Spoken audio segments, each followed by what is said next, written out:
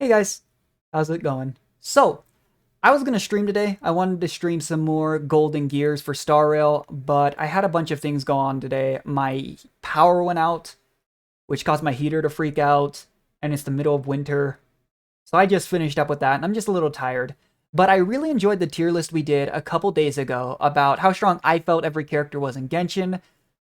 Obviously, since then, I feel like there were things I could have changed. I really enjoyed discussing with people in the comments about like some of the differences there. For example, the Elite Fighter was massive as a tier, and obviously at the upper end, characters like the Adeptus, like Wander and Yai would be at the very top of that tier, and there are some characters that were below. I think someone also mentioned, I kind of did Mona dirty with that one. I just felt like she's one of those characters that has most of her strength not be in combat, and I couldn't get it out of my head that pre-Inazuma Traveler plus Visual plus her, he immediately thought, we can't fight Scaramouche, he's gonna wipe the floor with us, and they ran away.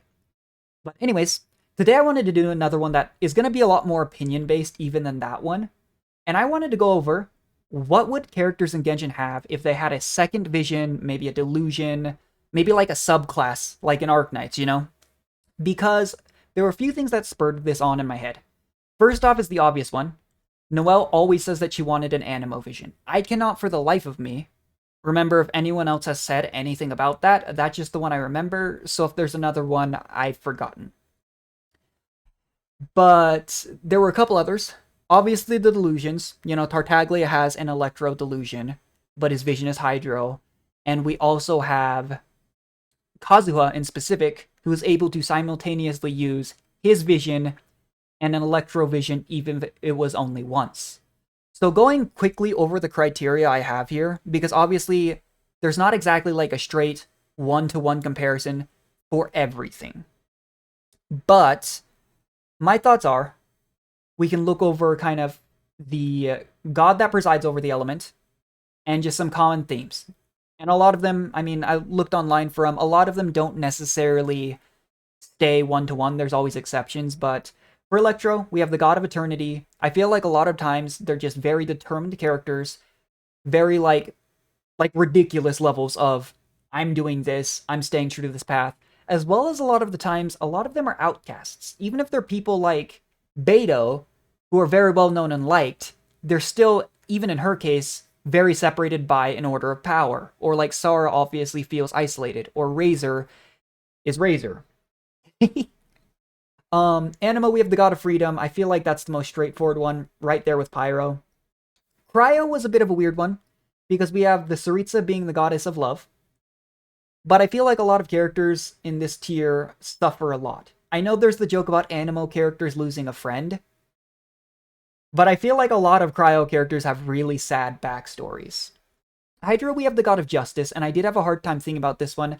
I feel like most Hydro characters are like protectors of a sort. For example, Candace protects her village.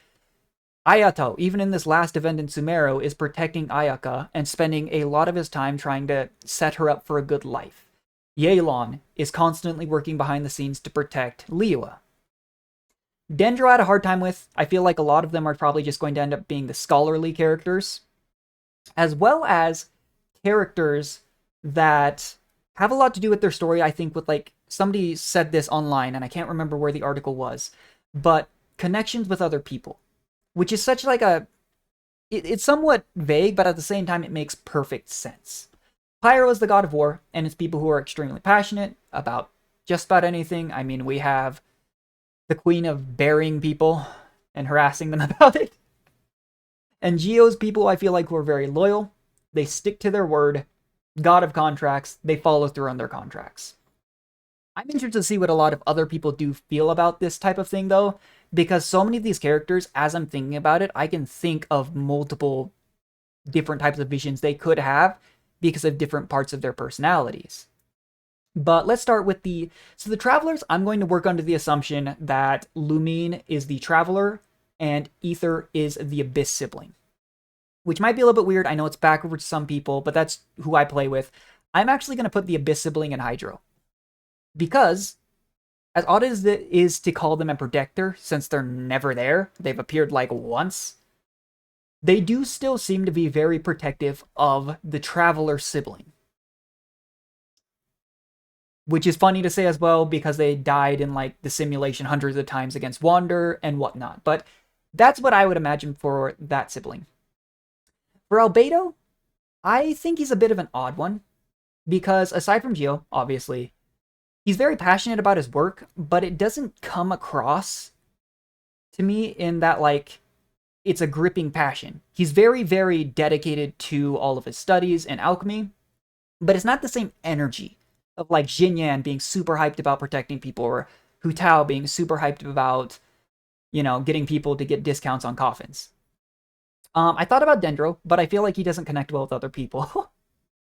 And so that actually led me to feel like maybe he'd be Electro.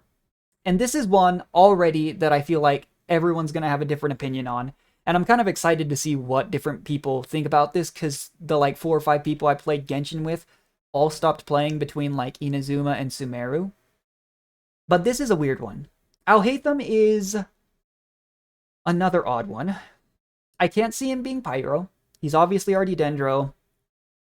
You could see him as a protector, but that I don't see him taking the same role as like Yelan as a behind-the-scenes protector, which is kind of what he did, ironically enough. Or, like a full leadership position. Because as soon as he got in that type of position, he wanted out. I don't feel like he suffered enough to be Cryo. We could make him Animo and have him have freedom by having Kave die. There for the exact same reasoning as Albedo, I feel like there is a reasoning for Electro, but I think I'm actually gonna go with Geo. Logic being, he just seems like that type of guy. I'm going to be honest, a lot of these are going to be just straight up opinions. I mean, all of these characters have their entire identity, and a lot of times their entire color schemes even, built around what element they are. So this is very random. Aloy, again, I know nothing about. However, I will say that someone in the comment section of the strength video said that she constantly spends a lot of times fighting monsters. She's very strong. I think she is from Monster Hunter or Horizon Zero Dawn. I don't know if those are different things. But in that line, I almost feel like I could put her into Hydro, but I don't know if she's fighting to protect people. So you know what, for now, I'm actually just going to not rank her, because I just feel bad putting her in something that I don't even know about. Amber's a Pyro character. I actually think, funnily enough, you could swap places with Kale. Not in, like, circumstance, but she does really well with helping other people. She's very dedicated to helping other people. In that way, she could, again, be a protector from Hydro. I'm already seeing so many potential options for every character.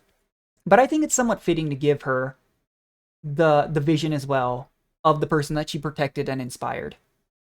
Ito, I actually think would be Pyro. He is very energetic. He's very passionate about literally whatever he involves himself in. He's just got that kind of energy. Let's see. Baiju. So I'm trying to ignore the fact that almost every healer in the game, with like very few examples, are Hydro characters. We obviously have Shinobu. Jean technically heals. Technically Noelle heals.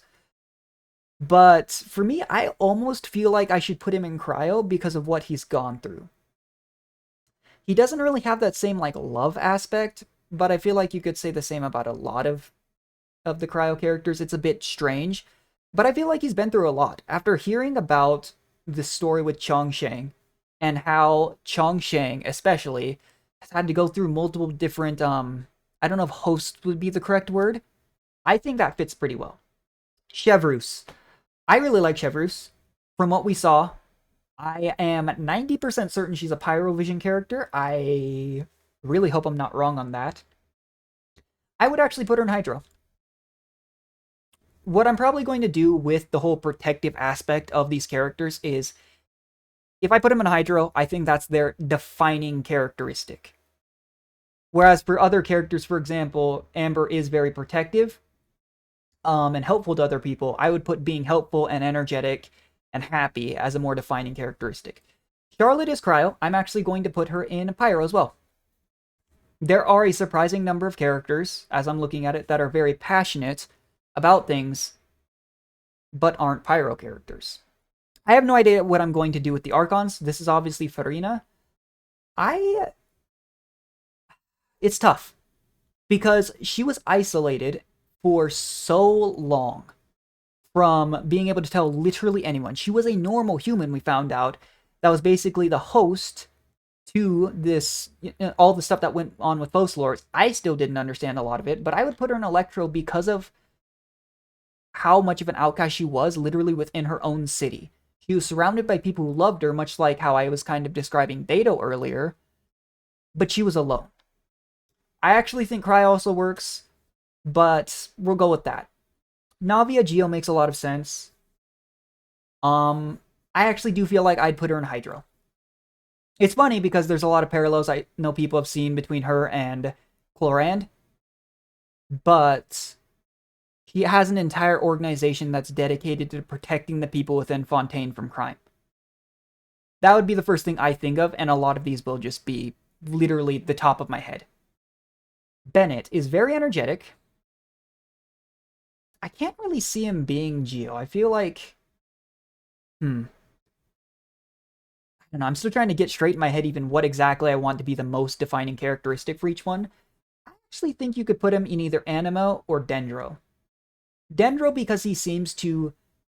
He likes to get along with everyone, but at the same time everyone's terrified of him. But I think Animo in that he doesn't allow his bad luck and everything that happens to get in his way. He still lives a very free life. Candace. I would have to go with Geo. She, for me, seems a lot like one of those characters with so much resolve for what she does that I think that makes sense. Chongyun is another weird one because I feel like most of the characters that I'm going to put as outcasts, I'm just going to throw in Electro. I don't see him as being an Animo. He's one of those people like me that I feel like he struggles so much with, like, maybe not anxiety, but like his yang energy he always talks about, that he really struggles with connecting with other people outside of like Xingqiu. As an exorcist, he could be a protector. He doesn't seem like I keep thinking of Dendro as like people person. He is passionate about that. He also, I could see him as being Geo. I really could. But I'm gonna put him in Electro. We need more male Electro characters. I mean, why not? Barbara. This is gonna be a really funny one. Because again, I could see a few more, but she's so dedicated to being a member of the Church of Favonius, and she's like an idol, that I could see her with a Pyro Vision. It is hilarious to think of a Pyro healer, because flames are about the opposite of what you'd expect, but I think it'd be funny. Dea?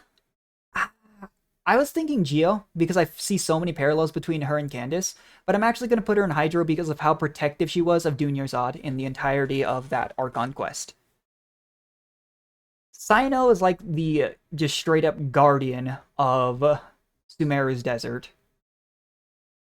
So, I'm going to put him in Geo. Beto is another tough one. I'm actually thinking either Pyro or Hydro.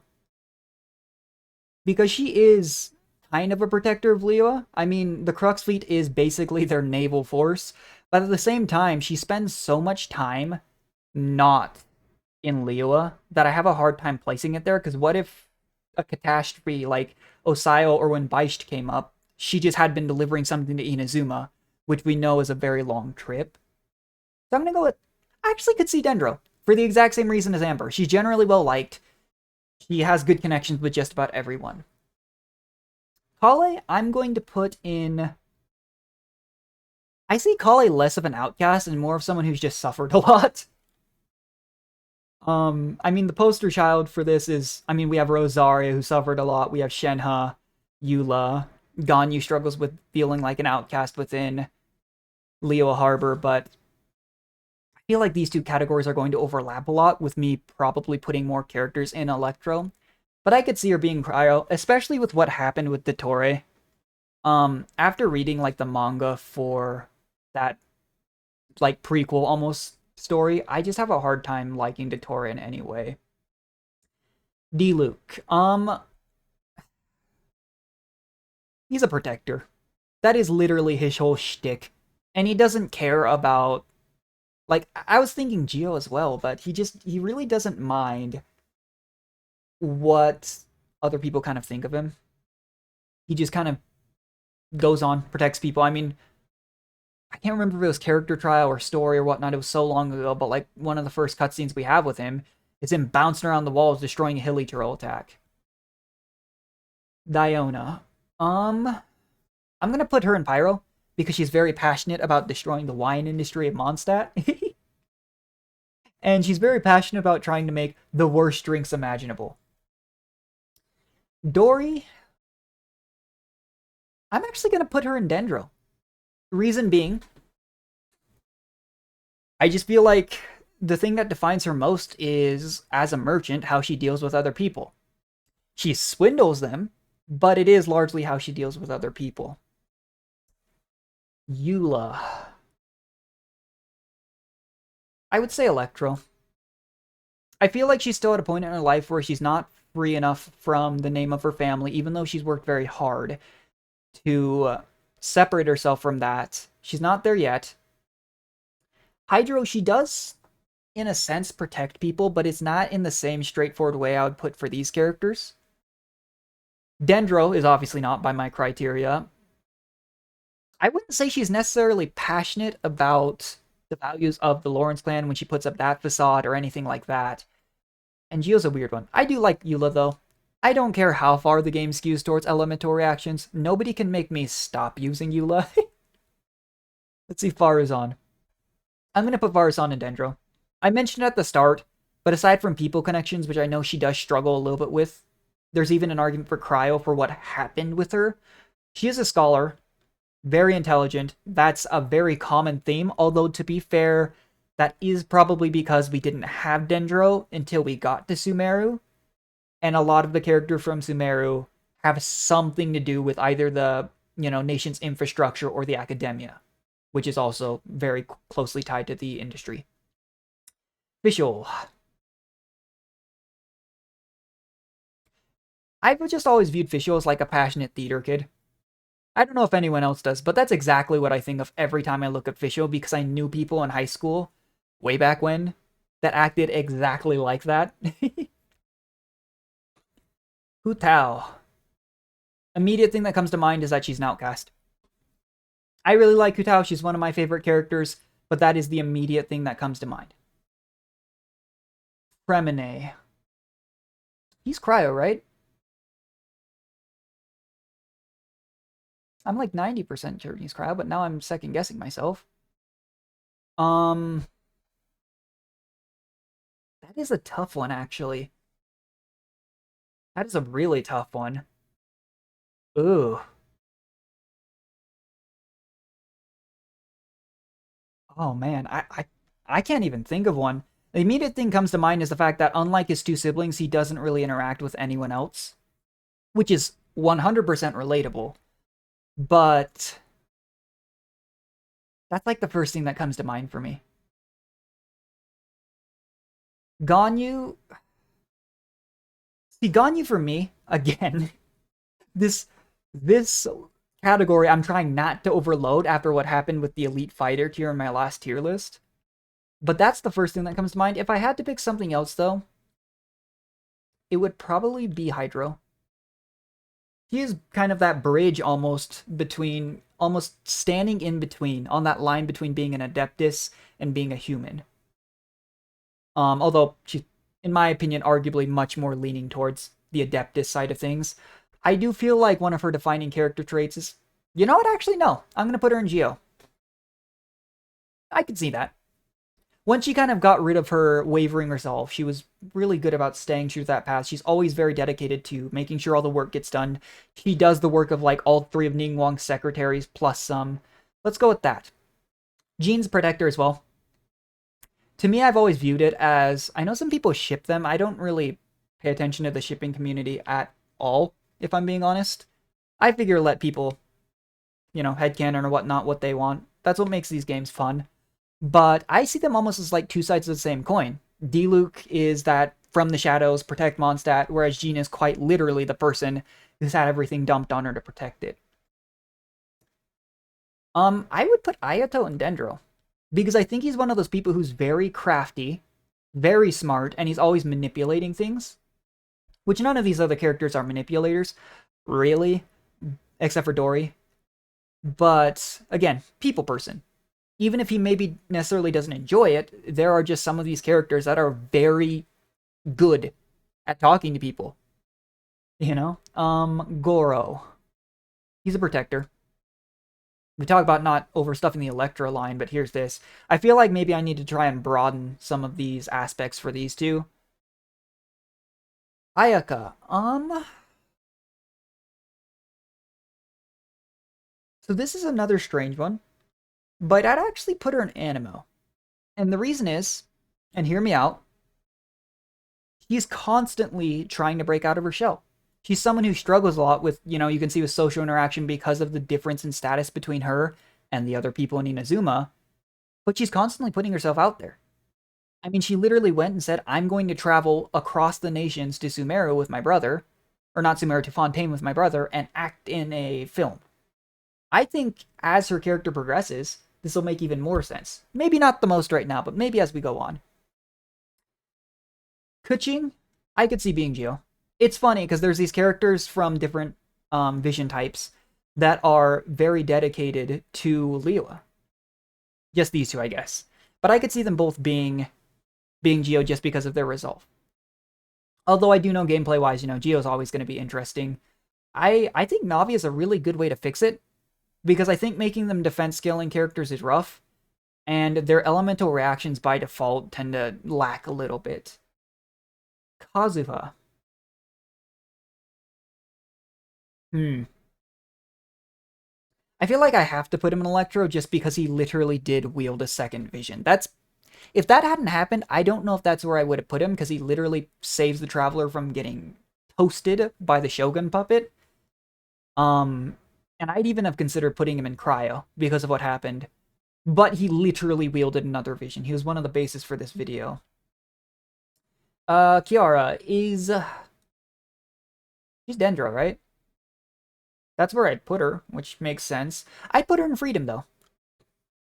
She's a yokai who, I think Miko mentions it in a voice line. She was one of the ones that kind of got out of the shell as more and more yokai got out in the world, and she literally works for a delivery company. What's more... maybe not in our world, but what's more freeing than that in Teyvat? She spends all of her time going from nation to nation. Kaya, in some strange way, I feel like is also a protector. You could say that about pretty much every knight of Favonius. He's very passionate about annoying Diluc. He's also a very, suave guy. He knows how to talk to literally everyone and gets what he wants. I'm gonna go ahead and put him in...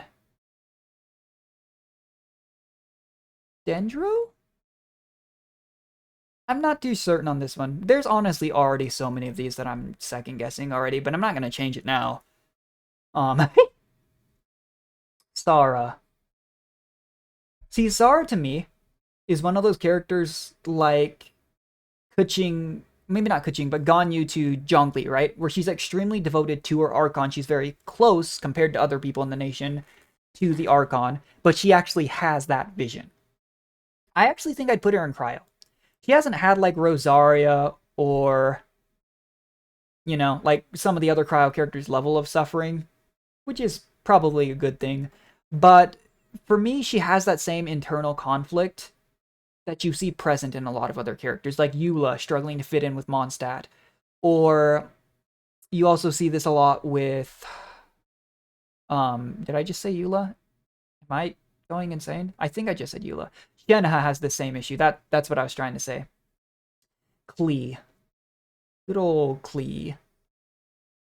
What's more free, aside from when she's being jailed by Jean, from literally running around Mondstadt as a kid and throwing bombs everywhere? I mean, she's literally the definition of free-spirited. Shinobu, I really like Shinobu, and I could see a few of these. I'm actually going to put her in Geo. Just because for me, these Geo characters are like the, for better or worse and in varying degrees, the very reliable, just mature, they deal with things type of characters, but not in the protective type of way. And she is literally the babysitter to the Arataki Ito gang. Kave. That's another weird one. That is another really strange one. I don't know. I mean, the biggest interactions we've had with Kave, I don't know if he has a hangout event, and if he does, I haven't played it. The biggest interactions I think of with Kave was him during that event. Where they did like the competition, he teamed up with Farozan and he ended up winning. And for that reason, I'm actually going to put him in Animo. Because he was able to free himself from the idea of inheriting that vast amount of money. He was very, I don't know, to me it felt like a burden lifted type of thing, even though he's still broke. We have Traveler, again, I'm assuming Lumion is the Traveler, Ether is the Abyss sibling. I'm gonna, that's a strange one. You could argue they're outcasts because she's literally not from Teyvat. But I feel like at the same time, she actually does get along a lot better with people than some other characters here do.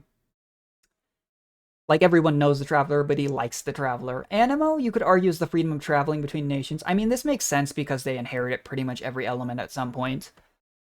Hydra, we already put Ether in, so I won't put her there. Dendro, I don't see Pyro. I mean, the biggest memes about the Traveler is how tired they are of helping everyone. So I think I'm going to go with Dendro. Just because they're generally liked. I know she already has Dendro power. Again, they're going to have every element, plus maybe some more based on some theories. But that makes sense to me. Because she's a people person, not as like a manipulator, but as just a genuine people person. Even if she's getting tired of helping everyone and fixing every nation's crisis. Layla's going to go in Dendro as a scholar. Yeah, we'll go with Dendro. Mika. I don't think I've ever in my life used Mika. Do we just put him in Animo? I've literally never used him. I am 95% certain he's Cryo. I know generally what every character is, but then I think about it on the spot and I forget. But we'll go with Animo.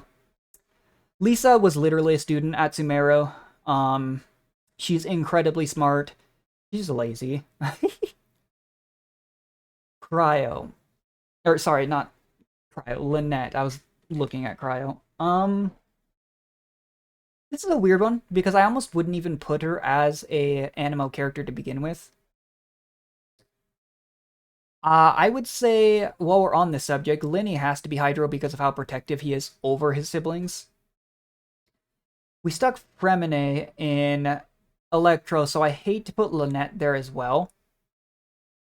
Because it's almost like a scale of like Linny's super social, Fremine isn't at all, and Lynette isn't really social either, but she also just gets by pretending to be basically a robot, which I think is hilarious.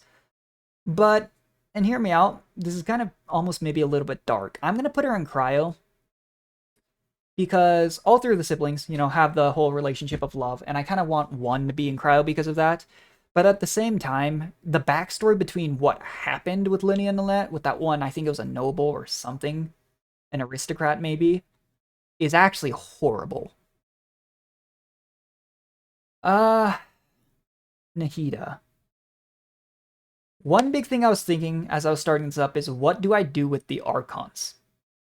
Because the Archons, more than anyone, are the personification of that type. But I still want to do it. Because why not? I never saw Nahida as an outcast. Which is funny to say, because of what the Sages did, but so many people still loved and adored her. Anima, I wouldn't say she's free. So many of the Archons, except for Venti, feel like they're largely tied down to their nation. I mean, have we ever seen A outside of Inazuma? Or, has Zhongli gone outside of, Liyue? I don't know. So, I'm just gonna put her in Cryo because people pointed this out. She had so much love for her people, and so many of the people, the sages in particular, didn't love her back. And what happened to her for so long is tragic. Chi-Chi. I don't know. I actually like. I know I've said that a lot, but that's such a hard one. So many of these characters, it just one thing fits them. What else do you do? I mean, she's Baiju's assistant, but I couldn't see her as being Dendro. I'm gonna stick her in Electro.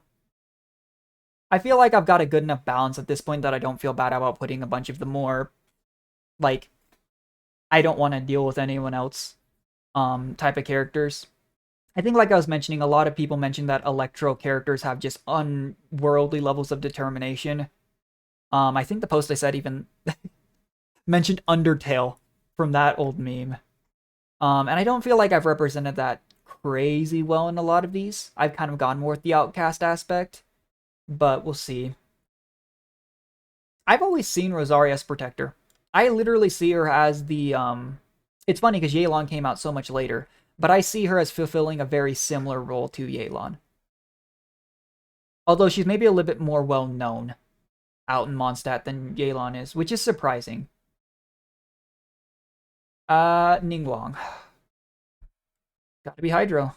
Like, this entire tier, basically, I mean, we have the Abyss sibling, an officer of the law, basically a private investigator, a protector, a general of a military that was fighting for the freedom of Inazuma, protector of his siblings. You know, like, I did not think about this when I made this tier, but that is funny.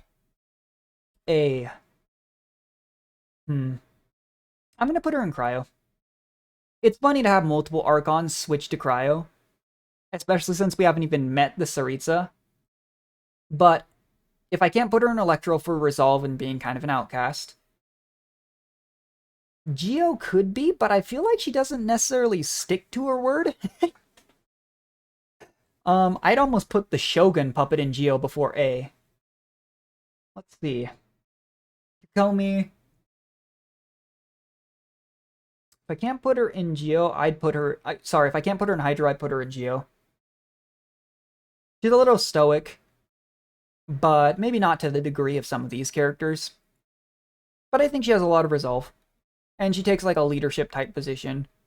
When, frankly, everyone loyal to the Shogun, and A, and Yai, and the Shogun puppet itself weren't really doing a great job of that. Razor. You see, I would have put Razor in Cryo for having been abandoned, but then we saw kind of a little bit of his backstory and what his parents looked like. I remember I think it was an event, but I do remember that happening. I think I'm going to put him in Animo. There's a lot of Mondstadt characters in Animo right now, which makes sense, I guess, but he just lives a very, like, I don't think anything gets under his feathers, frankly. But I would consider Cryo. Shenhe. I mean, it's got to be Electro. I just, I can't think of anything else. Like, I just don't view her in the same way as these Geo characters. She's like the opposite of being a super passionate, outgoing person. So I think that's got to be it. Heizo. He's a weird one. He's a weird one. He's like a shameless flirt.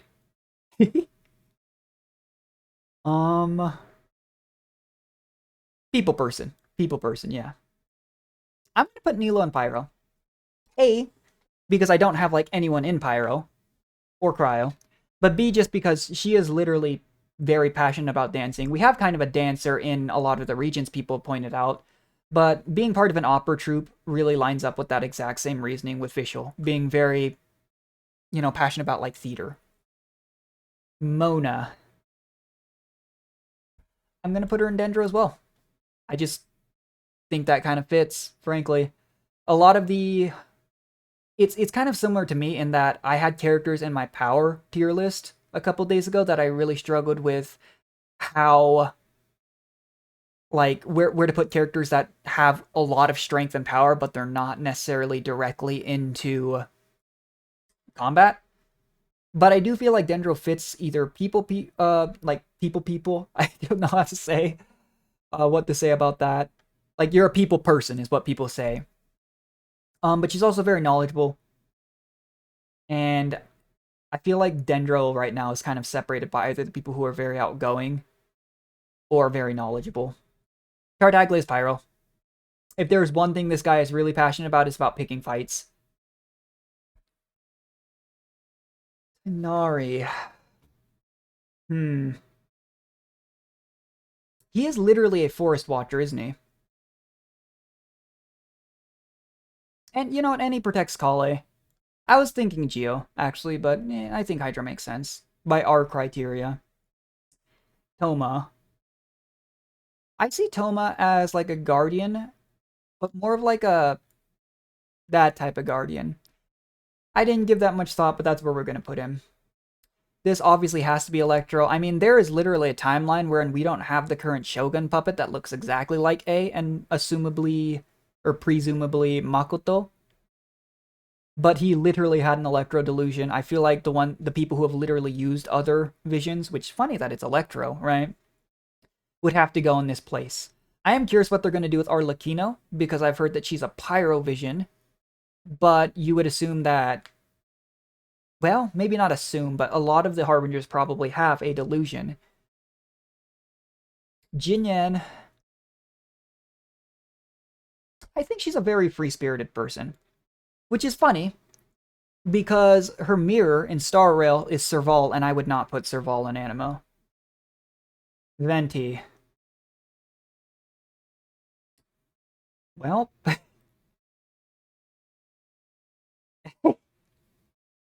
I don't know. We're gonna go with this. He's passionate about drinking.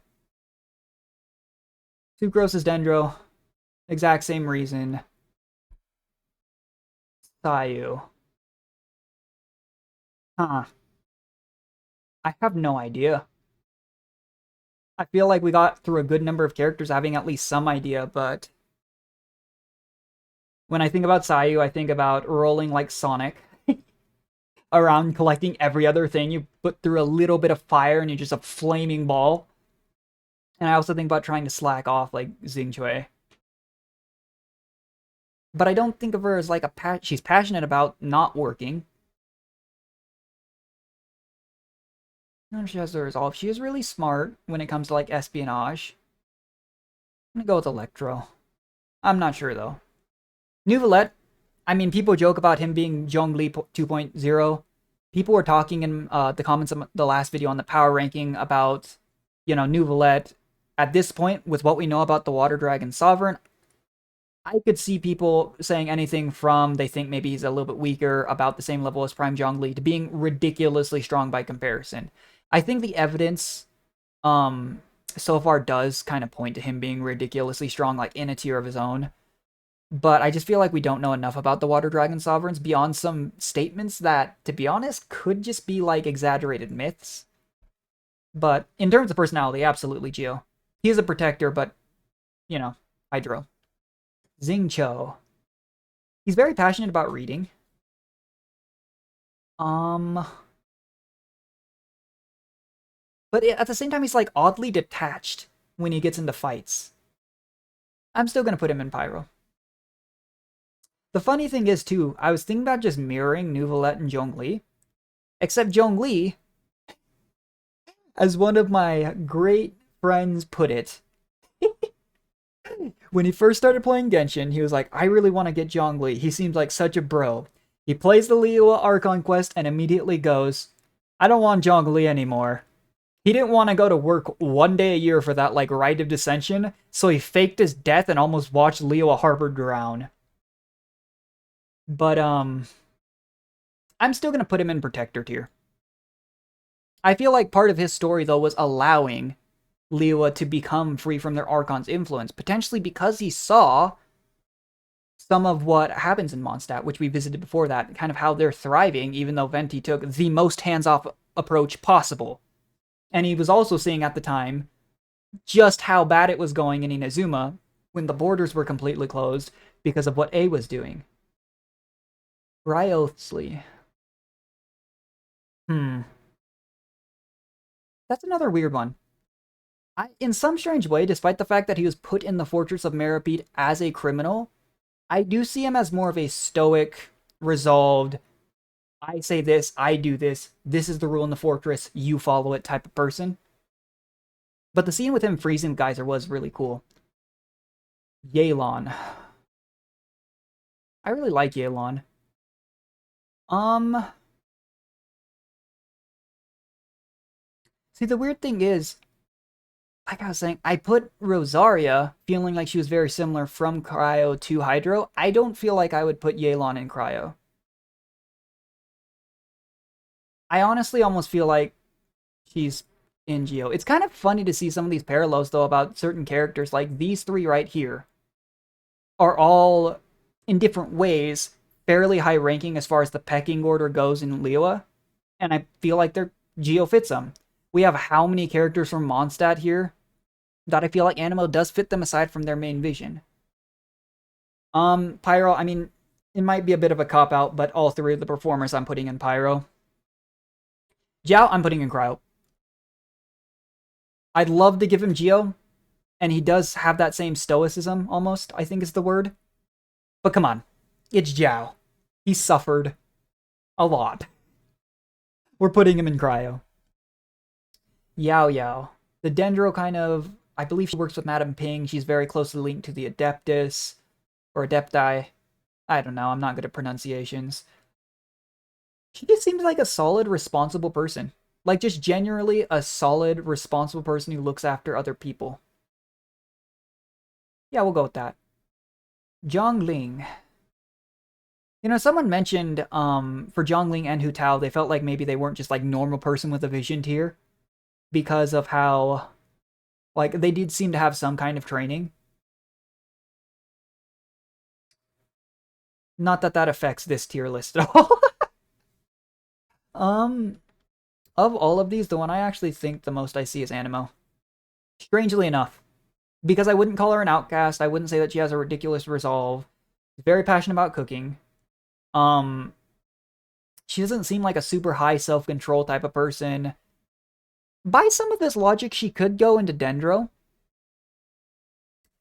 But I don't necessarily see Zhongling as an intellectual.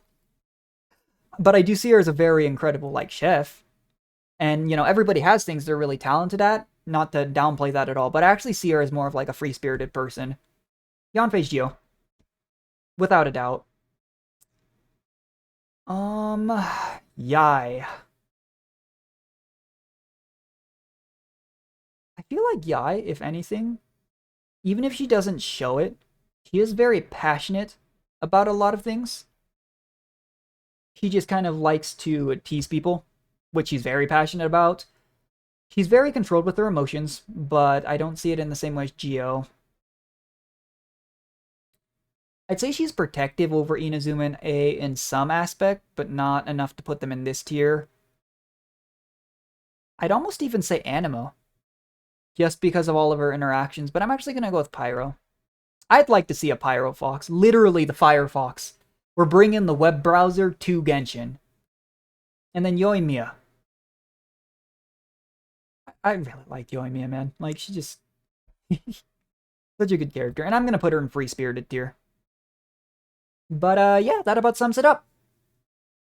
I am still looking this immediately, same with my other tier list, and feeling like there's other things I could add, people I would change, but I think it's relatively fine where it is. I actually think part of what's really fun about these tier lists is seeing everyone's different opinions on different characters, because so much of these games, because there's so many characters, they can only give us so much information, and then that leaves people with different opinions. One thing I'll point out to recently, well, a while ago, was again at Winter Night's Lazo. There were a lot of people who, with Arlecchino specifically, felt like the way she was talking meant that she had something to gain, especially knowing that we had the voice lines from Wander and, like, Tartaglia at the time about her being insane. You know, so she maybe had something to gain by telling the others off and defending Signora's honor, right? So they thought she was 10th. And then nowadays I saw people saying, oh, that's why I pulled Chinella, and Pantalone clammed up when she snapped at them because she's higher ranked than them. But it's just interesting to see that difference of opinion over like the exact same things. I think that's so cool. I do wonder where upcoming characters would go, like Clorand, for example. I'd probably put in Geo, to be honest, for the exact same reason as a lot of these characters. When it comes to Harbingers, I don't even know what some of the upcoming ones, if they'll be playable and what they'll have. Because, for example, Dottore is a conniving scientist. That sounds like Dendro, but I don't even think Dottore has a vision, from what I remember. I mean, Arlecchino's Pyro, I could also see her being Cryo, to be honest. That's what I initially thought she might be, just off of appearance. Although, to be fair, it would be odd for them to have two Cryo Pyro characters because Signora had Cryo and Pyro powers too. Who knows? Columbina is another one. First guess would be Cryo. I have no idea. Sandrone, I could see being Dendro. Again, like scientist. He almost seems like that like second place student in a class that's trailing behind Dottore, but she also doesn't care at all. That's just my personal thoughts on what it seemed like, because we've seen nothing of her. Pantalone. I also, for some reason, feel like Pantalone doesn't have a vision that I heard that somewhere. I don't know. But I am excited to see what else we see once we get to Natlan and once we get to Snezhnaya, because when it comes to characters we could get in Snezhnaya in particular, we have so many options with the Harbingers. Who else is there, you know? We know nothing about how that nation is run. But anyways, guys, I had a fun time making this. I will probably try and stream either tomorrow, because my classes don't start up again until Tuesday, or sometime later this week. I want to stream more Simulated Universe Golden Gears and Star Rail. I'd like to stream some more Arknights. I have a couple of roguelikes I'd like to stream. It'll really just depend on how swamped I get with work and schoolwork back out of class. But thanks for everyone who stopped by and watched. I really enjoy making these. I might make some more. I didn't plan on making another one of these for another few weeks, but I had such a good time making the last one and discussing with people about it. So I'll catch you guys next time. Bye.